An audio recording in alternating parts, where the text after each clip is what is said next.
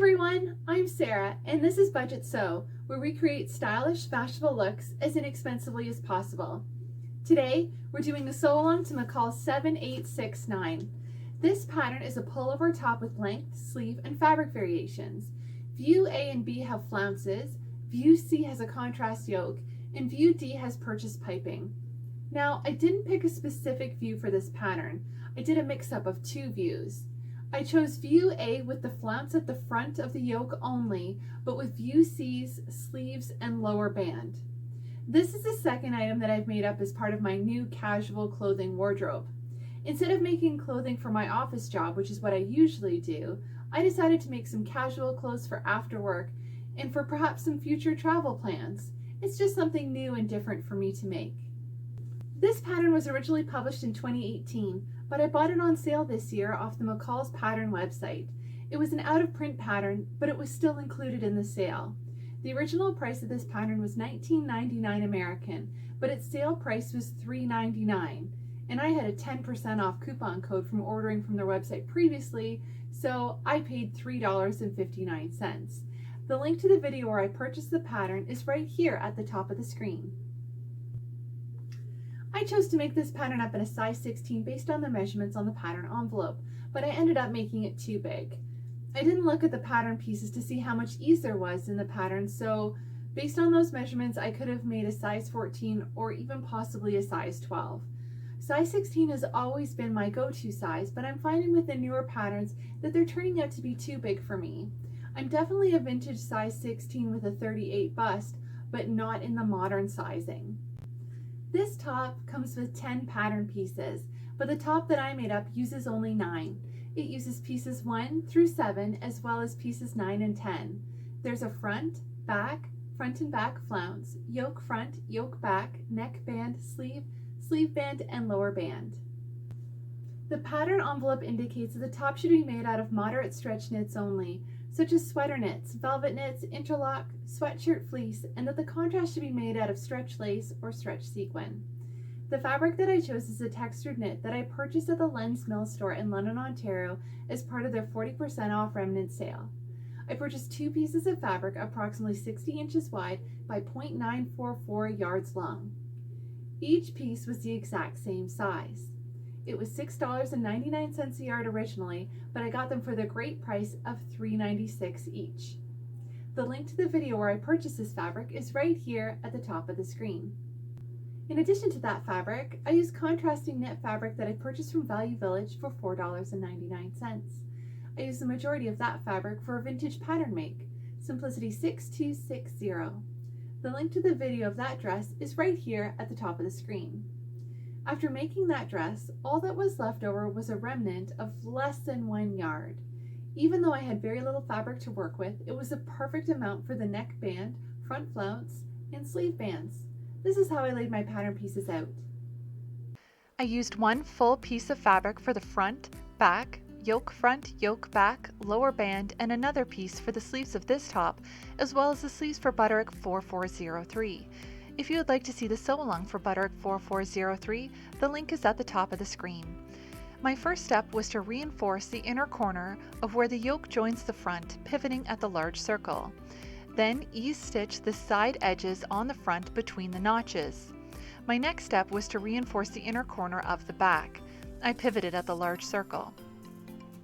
Next, I pinned the front to the back at the shoulder seams, matching up the notches. These seams will be double stitched. A double stitch seam is like a plain seam, but a second plain seam is sewn between the first and the raw edges of the seam allowance in order to provide a stronger seam for the fabrics being sewn together. You'll see in the sew-along that I don't follow the exact order of the pattern instructions. Maybe I'm a bit impatient, but I like to get as much pinned before sitting down at the sewing machine. Next, I pin the front flounce sections together at the center, ending at the large circle. My version of this pattern includes the front flounce only, so I won't be adding the back flounce. I decided against the back flounce on this top because if I wanted to squeeze in a nap while wearing the shirt, then I wouldn't be laying on the back flounce, making myself uncomfortable. I could grab 40 winks and no one would be the wiser. Then I pin the front yoke to the back yoke at the shoulder, matching up the notches. These seams will be double stitched.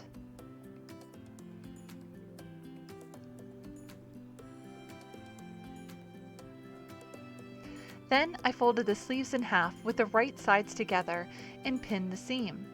Make sure to line up the notches. Notches are the single, double, or triple triangles that are on the cutting lines of the patterns and are used for matching up seams and construction details. You'll see here that I cut my notches outward, and I wasn't aware until recently that some sewists cut their notches inward into the pattern. I've always cut my notches outward because I learned to sew with 1970s simplicity patterns, and the big blue notches always stuck out from the edge of the pattern.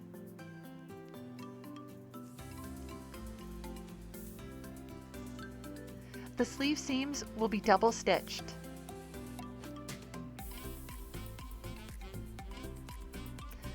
Next, I pin the ends of the neckband together, matching up the notches.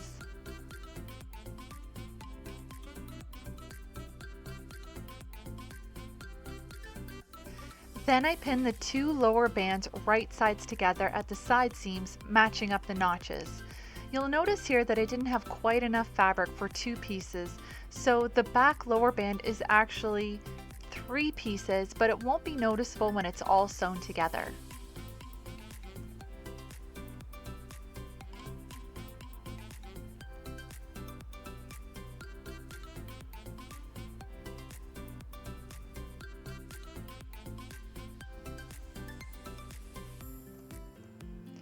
This next part isn't part of the instructions, but I pinned down the extra seam in the back of the lower band to be top stitched on each side of the seam. This will allow the back band to lie flatter. My next step was to pin the ends of the sleeve bands right sides together, matching up the notches.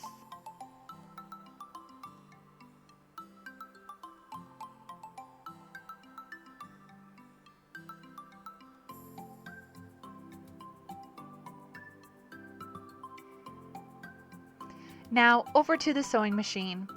First, I sewed the ends of the sleeve bands together, removing the pins before the sewing machine needle. When sewing, stretch the fabric evenly in front and behind of the needle while stitching.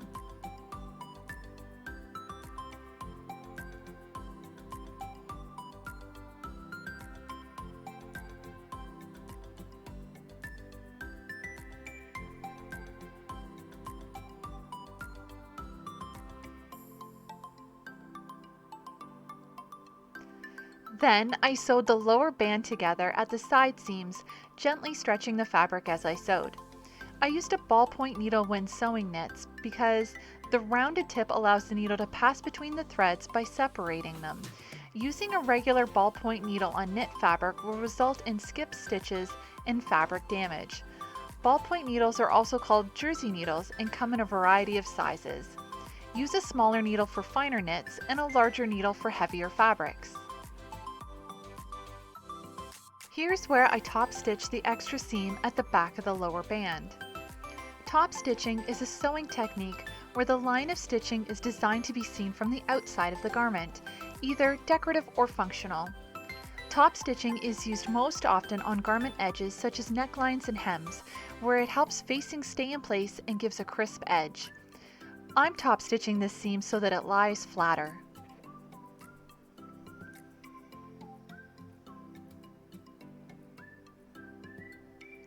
Next, I sewed the neck band edges together.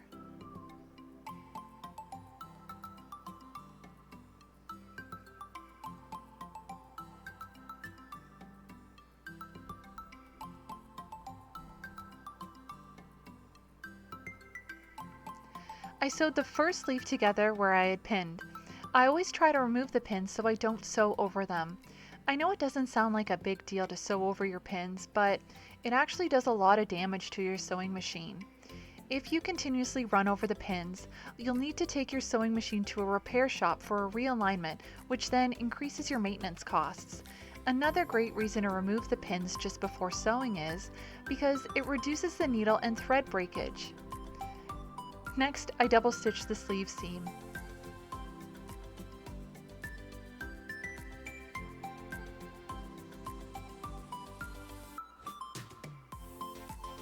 Once the first sleeve was sewn, then I sewed the second one. Be sure to line up the notches for the best fit. They're there to make sure everything lines up and fits correctly.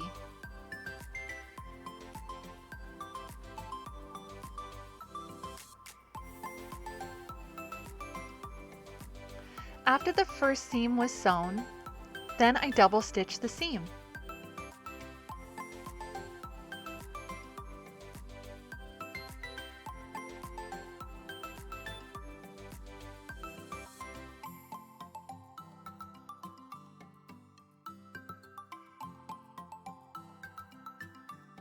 My next step was to stitch the front yoke facing to the back neck facing at the shoulder seams. Once the shoulder seam was stitched, then I double stitched the seam for strength. I like that this pattern recommended double stitching. I don't know about you, but sometimes I'm a bit rough with my knit shirts, and sometimes I pull a bit too hard on one area of the shirt and then I hear that dreaded thread breaking sound. Double stitching the seam ensures that this breakage does not happen. Then I sewed the other shoulder seam of the front yoke to the back yoke. This seam was also double stitched.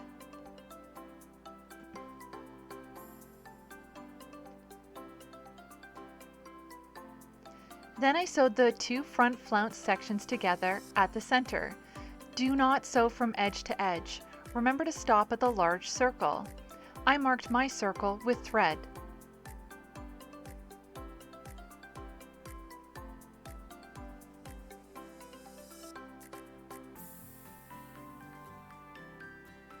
My next step was to stitch the shoulder seams of the front and back together. I made sure that the right sides of the fabric were facing each other and then sewed. This seam was double stitched.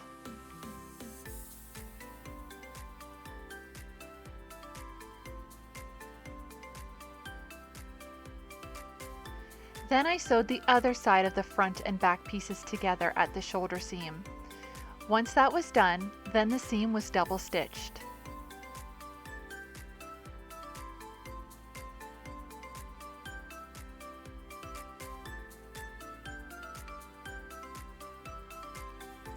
Here's where I noticed that the thread on my sewing machine had tangled.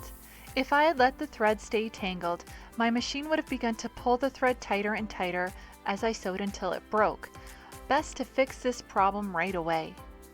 Next, I ease-stitch the side edges of the front between the notches. When a pattern indicates that you ease-stitch, it means to stitch along the seam line using long machine stitches. Then, pull the threads to adjust the fit.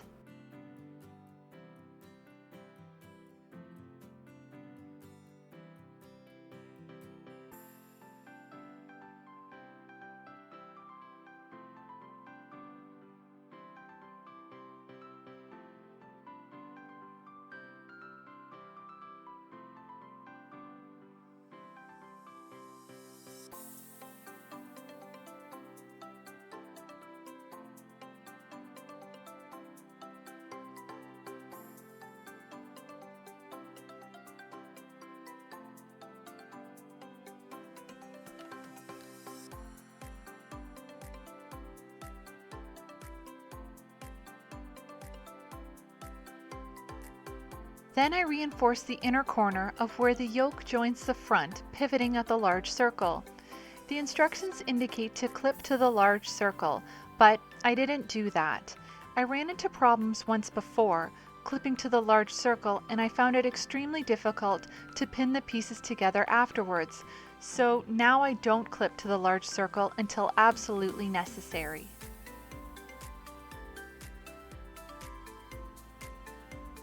My next step was to reinforce the inner corner of the back.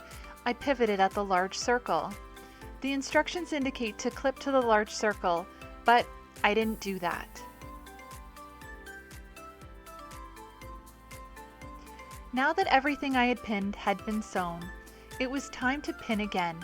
The first thing that I chose to pin was the hem of the front flounce. This was a bit tricky because it's a curved hem. It would have been a whole lot easier if I had read the instructions on this step. The pattern says, stitch 1/4 inch from the lower edge of the flounce using long machine stitches. Turn up 5/8 of an inch hem, turning in 1/4 inch on raw edge. Pull threads to ease in fullness. Stitch. I think that taking the time to do those steps would have made this so much easier. Since my top has only the front flounce, the edges of where it would have joined the back flounce still need to be hemmed. This will be completed later.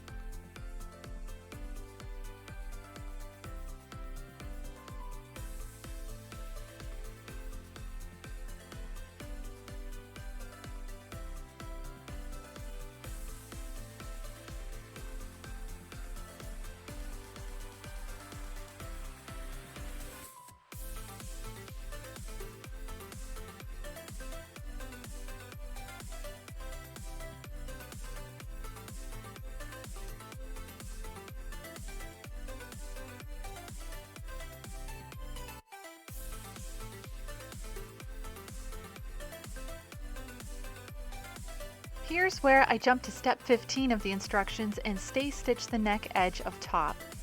You may follow pattern directions in order, but I prefer to jump here and there.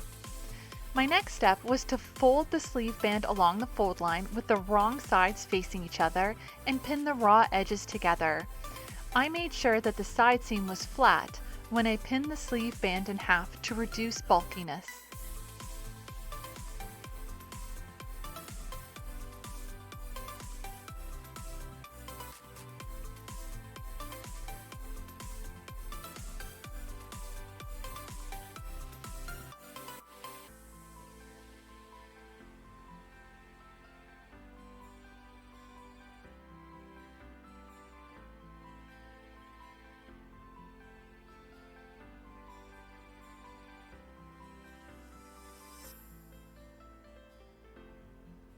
Once one sleeve band was done, then I moved on to the other one, folding it along the fold line with the wrong sides facing each other.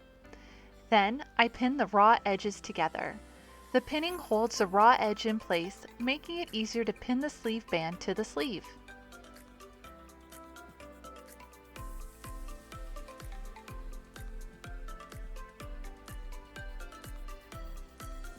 Then I pinned the sleeve band to the sleeve, matching up the notches and the seams. The sleeve band will need to be stretched a bit to fit the sleeve. I prefer to have my sleeve the wrong side out and the sleeve band right side out when completing this step. This way the sleeve band slips into the sleeve, ensuring the right sides of the fabric are facing each other.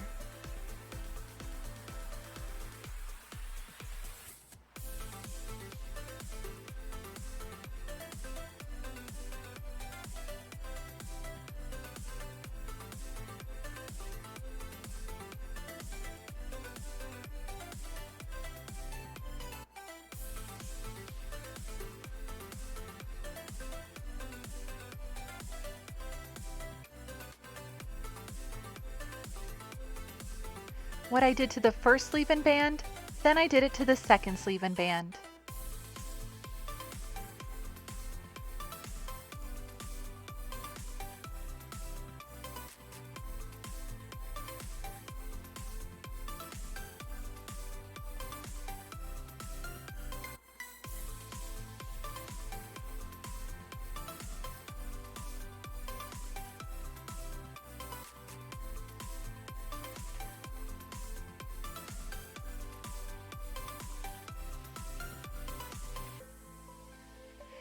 seams will be double stitched.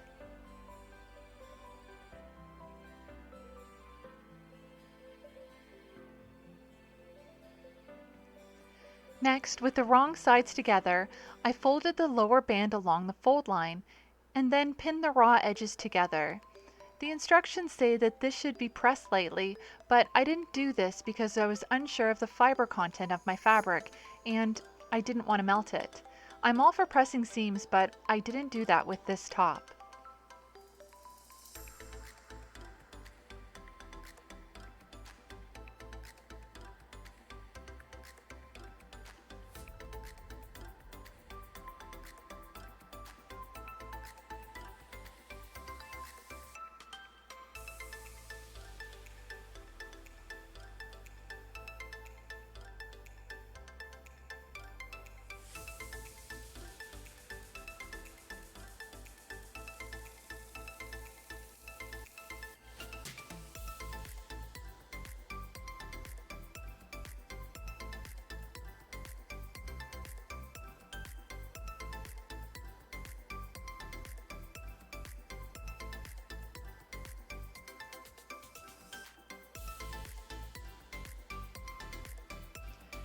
Then, with the wrong sides together, I folded the neckband along the fold line and then pinned the raw edges together.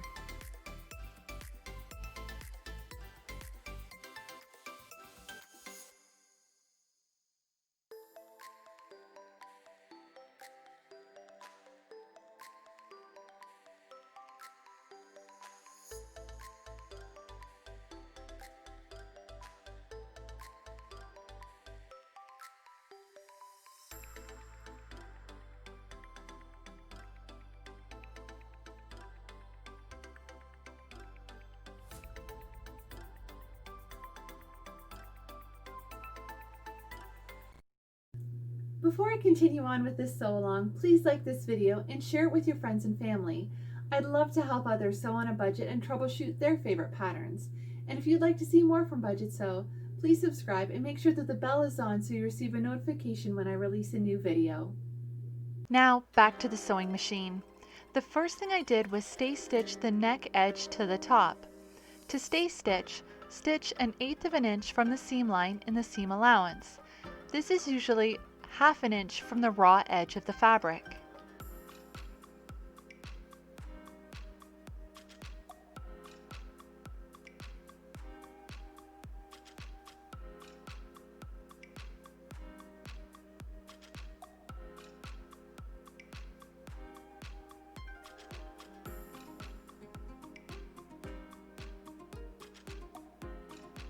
The next thing I sewed was the front flounce hem.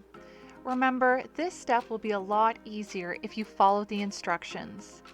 Just to recap, the pattern says, stitch 1/4 inch from the lower edge of the flounce using long machine stitches.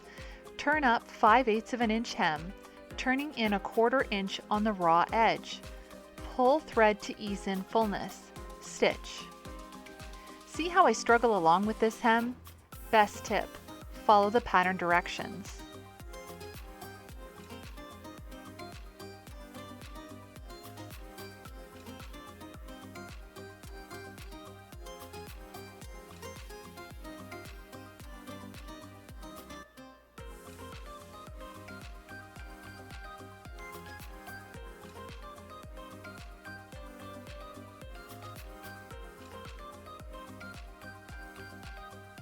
Since my top has 3 different shades of blue, I decided to use navy blue thread to match all the blues of my top. If I had made this top out of the same fabric and color, I would have picked a different color of thread, like green, as an accent. A different color thread for hems and top stitching makes the garment look designer. I seem to buy a lot of green thread to match to the navy blue fabrics I sew, but I haven't had the courage to actually sew with it. I just cut out 2 pairs of navy blue pants. Maybe I'll try the green thread with them.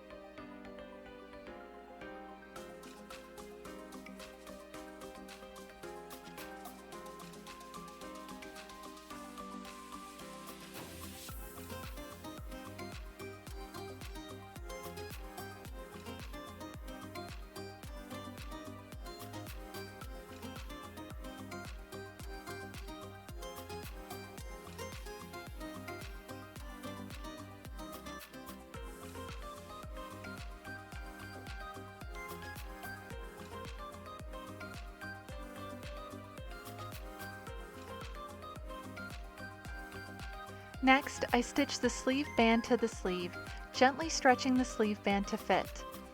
The seam is to be double stitched, but when I was sewing I forgot. I remembered later to double stitch the band.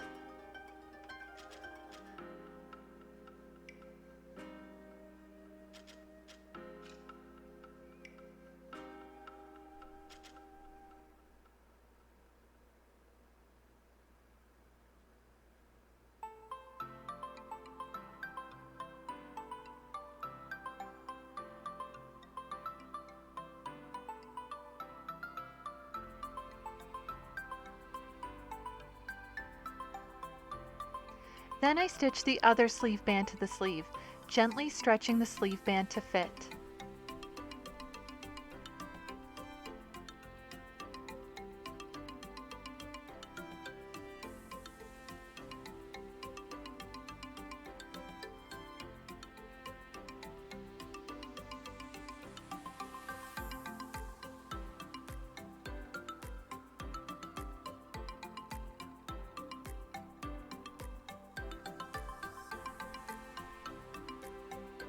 Now here's where I remembered to double stitch the cuffs. Remember, double stitching adds extra strength to the seam, which is really important for knits. I had to turn the sleeves inside out again so that I could add that extra row of stitching. I did not trim close to the stitching, nor did I press the seam up.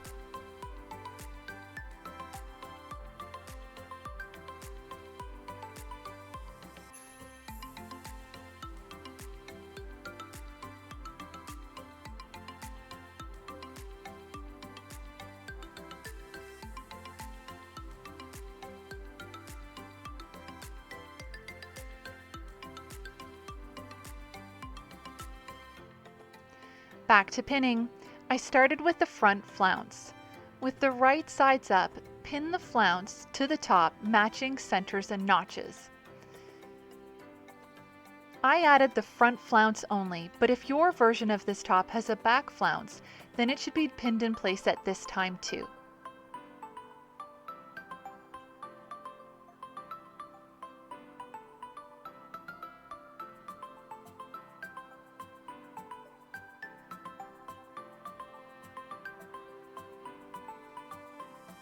Since I do not have a back flounce, the edges of the front flounce need to be hemmed. I folded over the raw edge of the flounce 5/8 of an inch because this fabric would have been included in the seam allowance to sew it to the back flounce.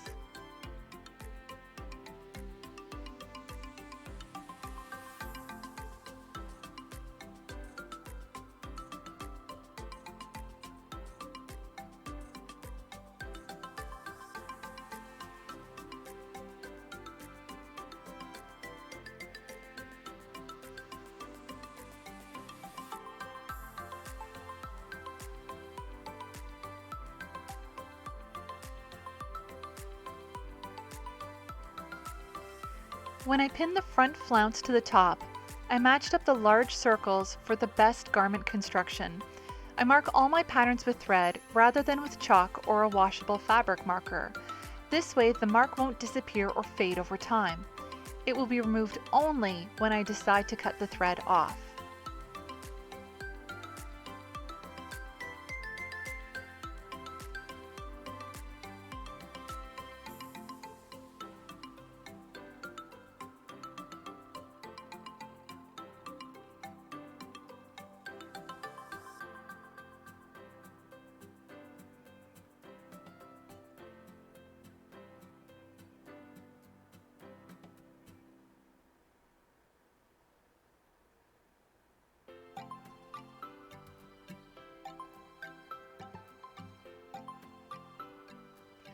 The flounce will be basted in place using long machine stitches.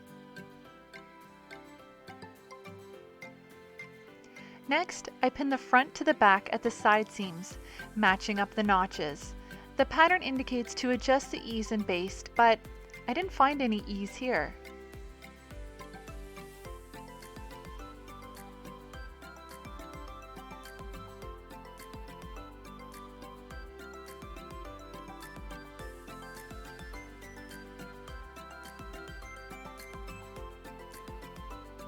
I pin my seams so that the pins are on top of the fabric when they go through my sewing machine, making it easier to remove the pins before stitching.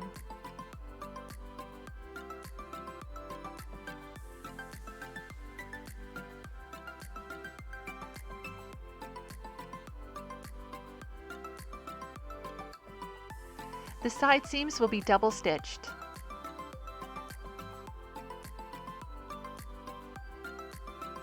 Next, I pin the neck band to the yoke. The band was pinned in half earlier in preparation for this step. I pin the neck band to the neck edge, matching the circles and notches. The seam joining the two ends of the band should match up to the center back of the yoke.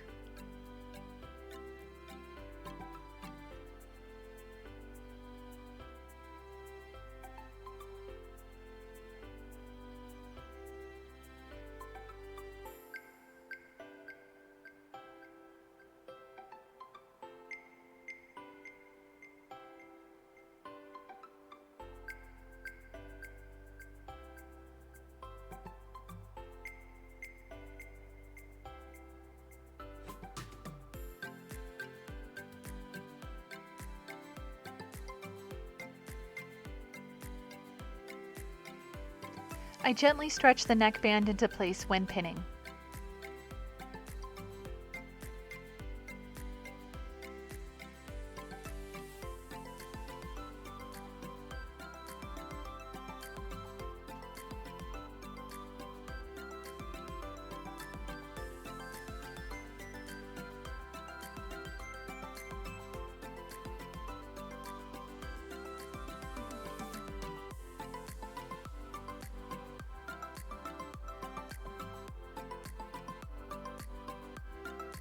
The neck band will have a 3/8 of an inch seam allowance rather than the 5/8 of an inch seam allowance that the rest of the pattern calls for. It will be double stitched again at 1/4 of an inch. Back at the sewing machine, I stitch the front to the back at the side seams.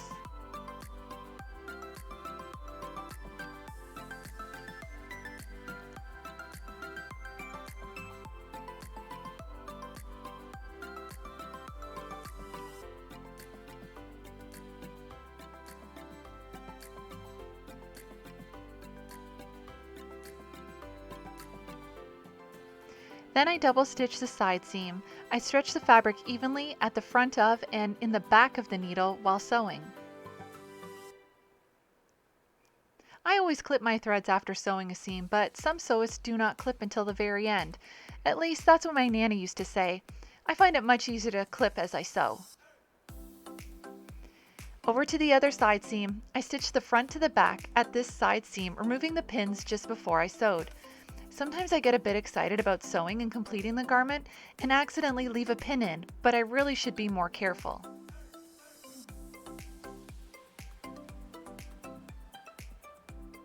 Then I double stitch the second seam.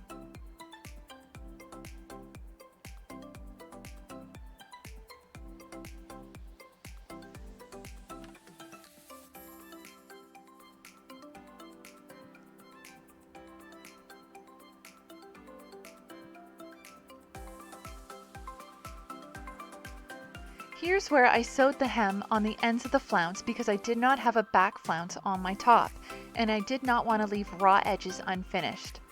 I sewed a hem of 5/8 of an inch to cover the seam allowance.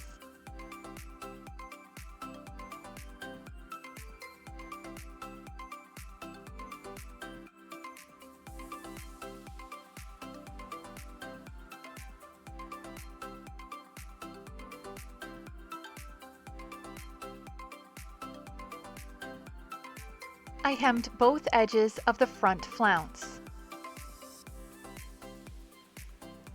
Then I basted the flounce to the front of the top using long machine stitches.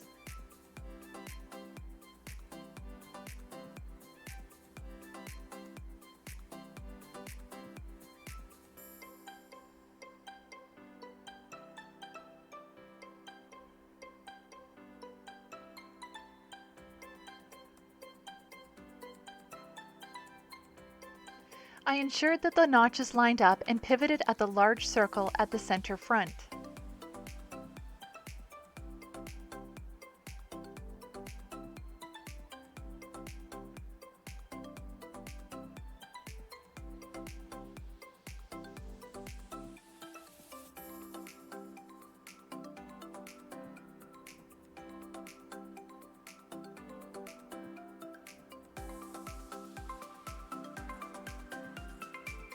Next, I sewed the neckband to the neck edge of the yoke, ensuring that the notches and circles lined up.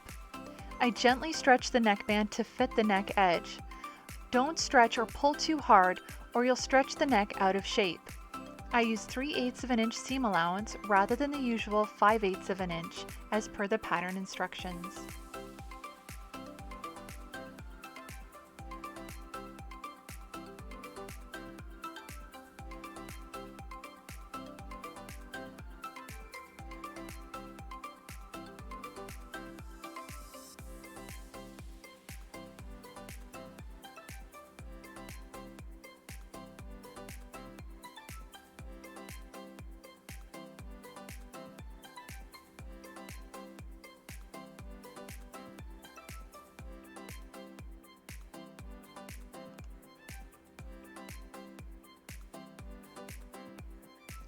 Then I double stitched the neckband to the neck edge at 1/4 of an inch away from the seam allowance.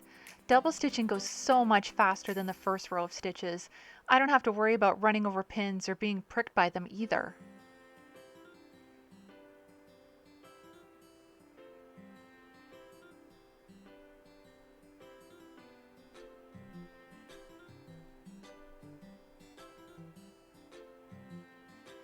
Back to the pinning stage, my next step was to pin the yoke to the upper edge of the top. I matched up all the notches and large circles. This part actually took me quite a bit to figure out how to pin. I knew I had to keep the right sides together and the front pieces to the front and the back pieces to the back, but it took a while. If I had kept that part in the video, it would have been a whole lot longer.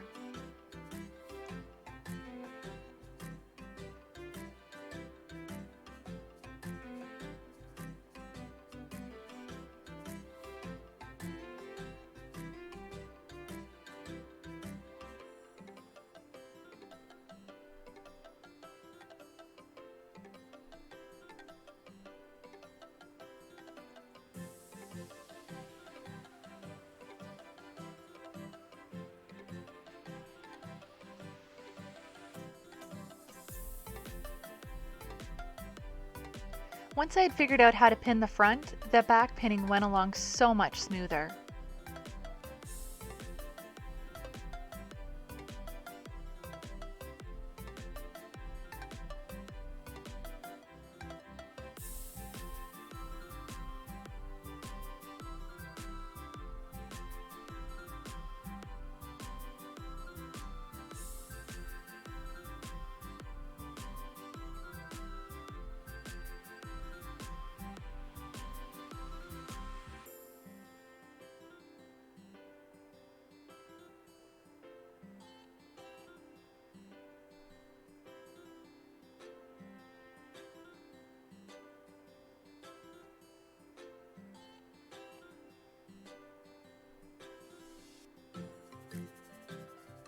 This seam will be double stitched.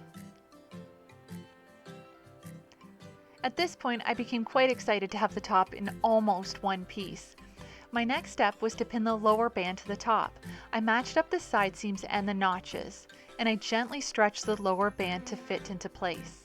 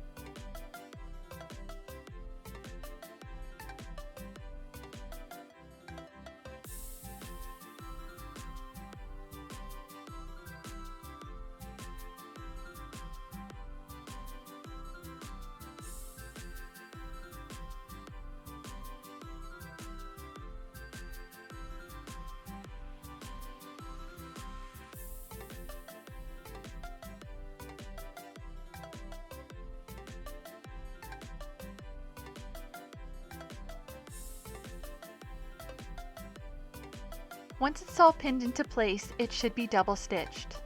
Next, it was time for the sleeves. With the right sides of the fabric facing each other, I pinned the sleeve into the armhole, matching up the large circle with the shoulder seam. I found this part easiest to do with the shirt and the sleeve inside out.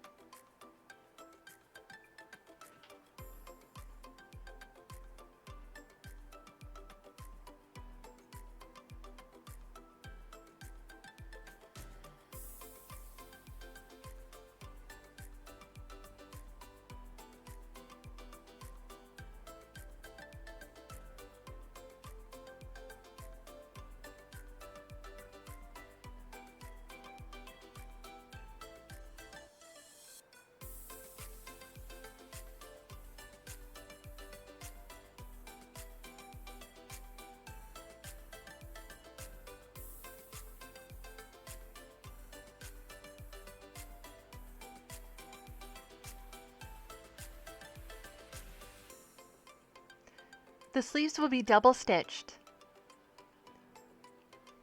With the shirt now pinned into one piece, it was time to sew it. I started with the lower band first. I gently stretched the fabric as it went through my sewing machine, removing the pins as I sewed.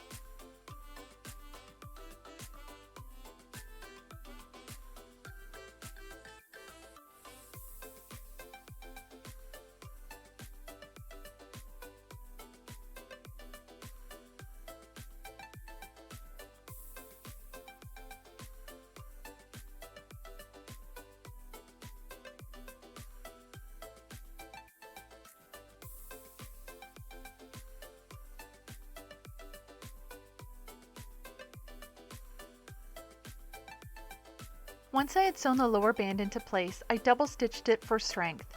Make sure that you don't catch any additional fabric under the needle when sewing. The last thing you want to do is unpick a seam when you're so close to having the garment in one piece. My sewing machine's motor revved here, and I adjusted the wheel to make sure that it was tight. That solved the revving problem.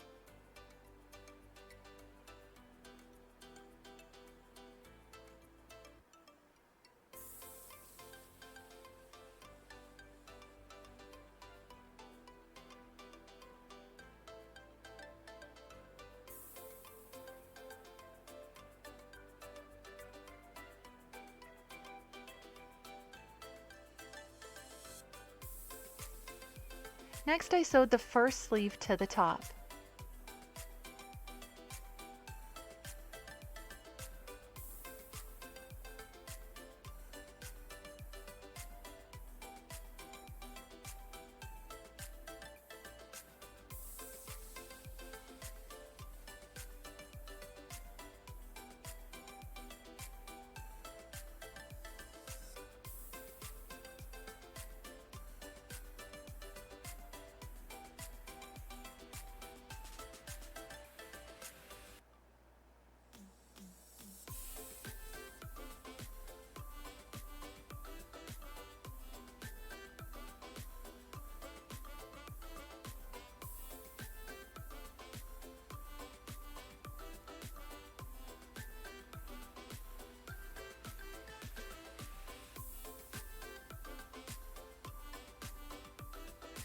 Then I double stitch the sleeve in place. The instructions say to trim close to the stitching, but I didn't do that. I prefer to clip the curves on my shoulder seams.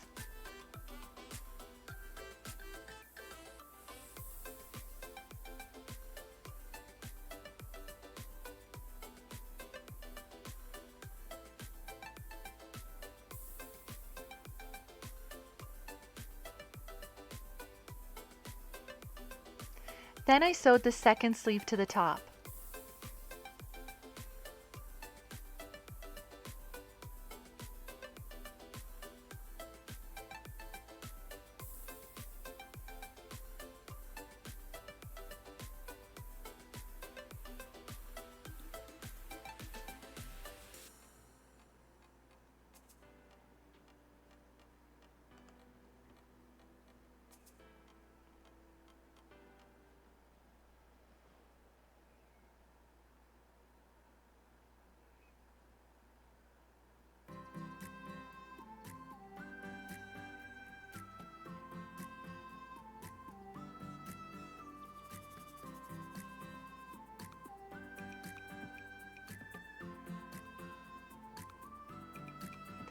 Then I double stitched the second sleeve into place.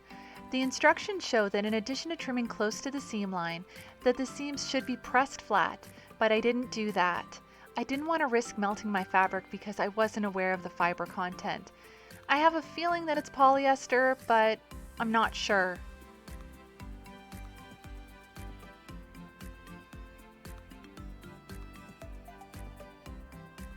Here's the tough part of the top. Stitching the yoke to the top. When I sewed this part, I started about 2 inches away from the large circle at the center and stitched away from that circle towards the other large circle over the shoulder seam. I had a feeling I was going to have difficulty stitching the large circles and pivoting, so I decided to make it easier on myself and stitch the easiest parts of the seam first to remove the excess pins before getting to the harder part.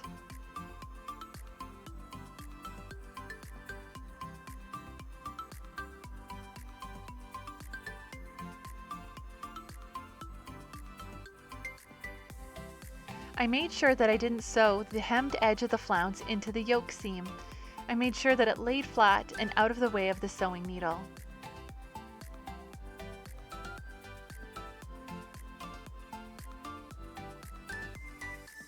Then I did the same thing on the other side of the yoke, only stitching 2 inches from the large circle to 2 inches away from the other large circle going over the shoulder seam. I realize this is not how the instructions indicate how this should be sewn, but I just wanted to make it easier for me. Again, I made sure not to stitch the hem edge of the flounce into the yoke seam.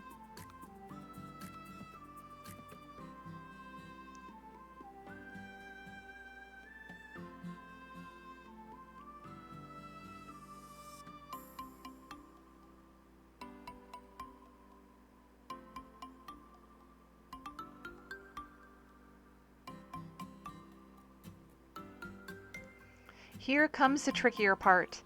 I sewed the V of the yoke, pivoting at the large circle.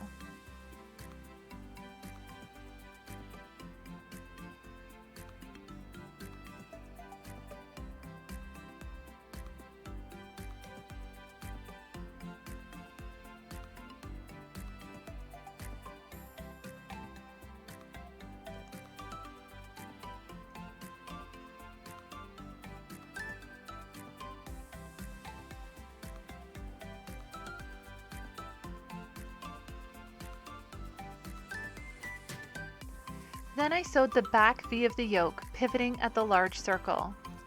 Maybe I made the whole process harder, but it worked and I'm happy with that. I forgot to record the double stitching of this seam, but I sewed it from start to finish, pivoting at the large circle.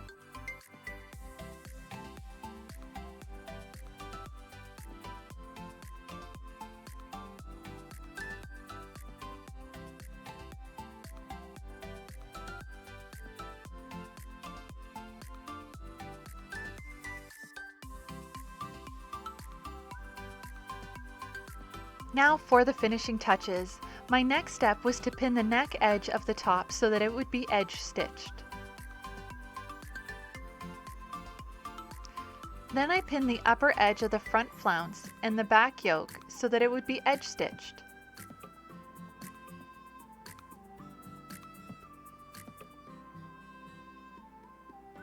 As I mentioned earlier, I clipped the curves of the shoulder seam to reduce the bulkiness.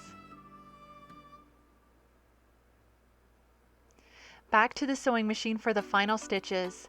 First, I edge stitched the neck edge to the top.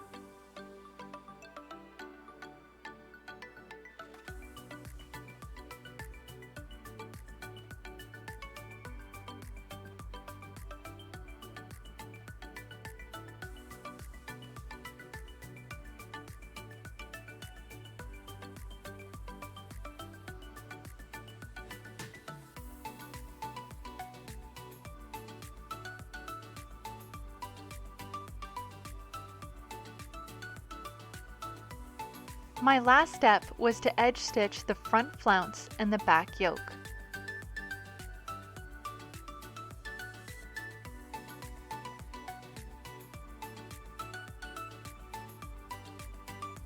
Here's where I checked to make sure I didn't catch another part of the shirt in the edge stitching.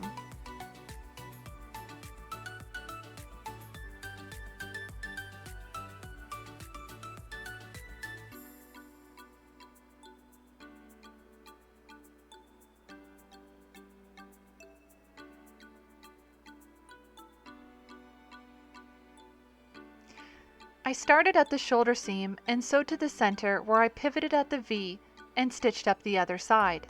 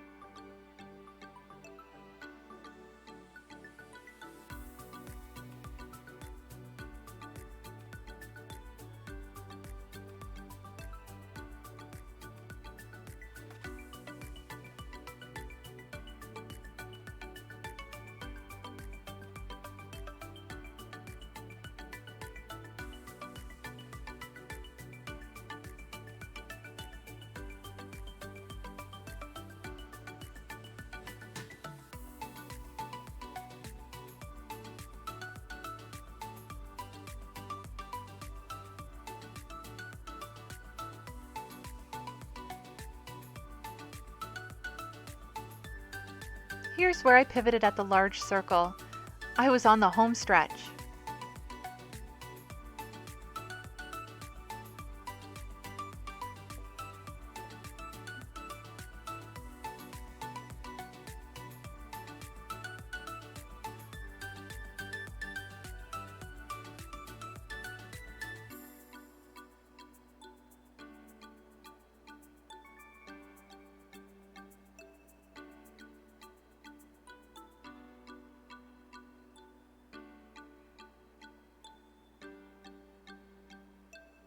Here is the finished top.